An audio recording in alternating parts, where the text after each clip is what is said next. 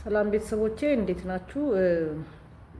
ዛሬ አንድ ደንበኛችን ወይም ደግሞ የተመልካቻችን ማለት ነው ለኛ ያው የዩቲዩብ ወይም የቲክቶክ ደንበኛ ነው። ነጋዴ ነኝ እና ደንበኞቼን እንዴት መያዝ እንዳለብኝ ከስተመር ሰርቪስ እፈልጋለሁ አግዙኝ ይላል ማለት ነው። እንግዲህ የደንበኛ እርካታ ዝም ብሎ አይመጣም ማለት ነው።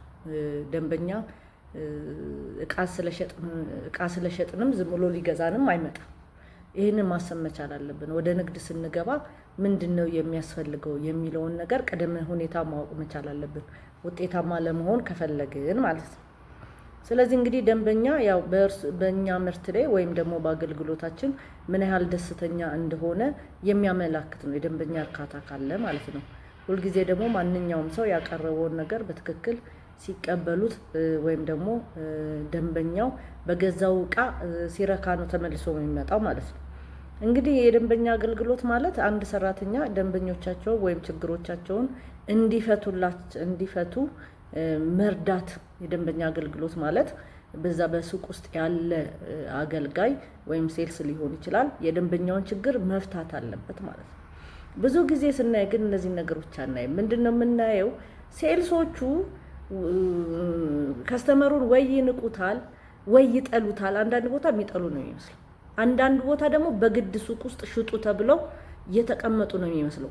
ካስተያየታቸው ከግር ይጀምራሉ፣ ላይ ድረስ ከፍ ብሎ ያያሉ። ከዛ ኢቫሉዌት ያደርጋሉ ያንን ሊገዛ የመጣውን ሰው ካለባበሱ፣ ካነጋገሩ እንኳን ምናልባት ከነሱ የተሻለ አነጋገር ሊኖረው ይችላል። ከዛ ገንዘብ የለውም ብለው ይደመድማሉ ማለት ነው።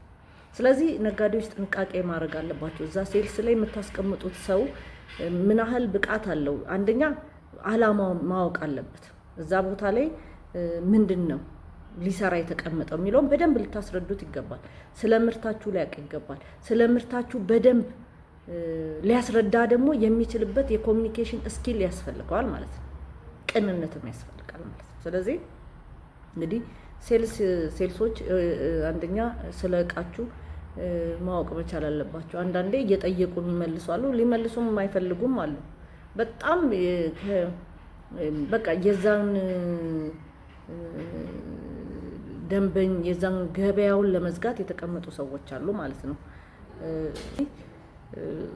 አንደኛ ሴልስ ስለ እቃዎቹ ማወቅ አለባቸው። ቴክኖሎጂ ካለ የምንጠቀመው ሶፍትዌር ካለ ሶፍትዌሩን መጠቀም መቻል አለብን። ከሌለን ግን ብዙ ቦታ ስለሌለ እሱ ብዙ በተገላቢጦች እነሱ ቲክቶክ እና ፌስቡክ ወይም ደግሞ ዩቲዩብ ሲያዩ ደንበኞች መጥተው እቃ አይተው ስለ እቃው መግለጫ ወይም ደግሞ የሚያስረዳቸው ሰው አጥተው ጥለው ይሄዳሉ ማለት ነው። ኮሚኒኬሽን ስኪል ቅድም እንዳልኳችሁ ስለሚሸጡ እቃዎች አይነታቸው፣ ብራንዳቸው ለስንት ዓመት ሊያገለግል እንደሚችል ምን ቢደረግ ምን እንደሆነ ማስረዳት መቻል አለባቸው። ሌላው ትዕግስት ደግሞ ያስፈልጋል። አንዳንድ ጊዜ ደንበኛ በአብዛኛው ማለት ይቻላል በእኛ ሀገር ደንበኛ መጥቶ ጠይቆ ሄዶ ከዛ ፕሮግራም ይዞ ነው የሚመጣው። ስለዚህ ገዛም አልገዛም ለማንኛውም ሰው ስለ ምርቱ በደንብ ማስረዳት መቻል አለባቸው ማለት ነው። እንግዲህ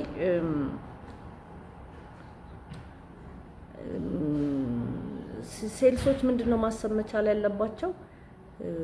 ልክ አሁን ዘመዳቸው ላይ አስረዳኝ ብሎ አንድ የሚያውቁት ሰው ሲመጣ እንደሚያስረዱት ለሁሉ ሰው እንደዛ አይነት ማስረዳት መቻል እንዳለባቸው ማወቅ አለባቸው።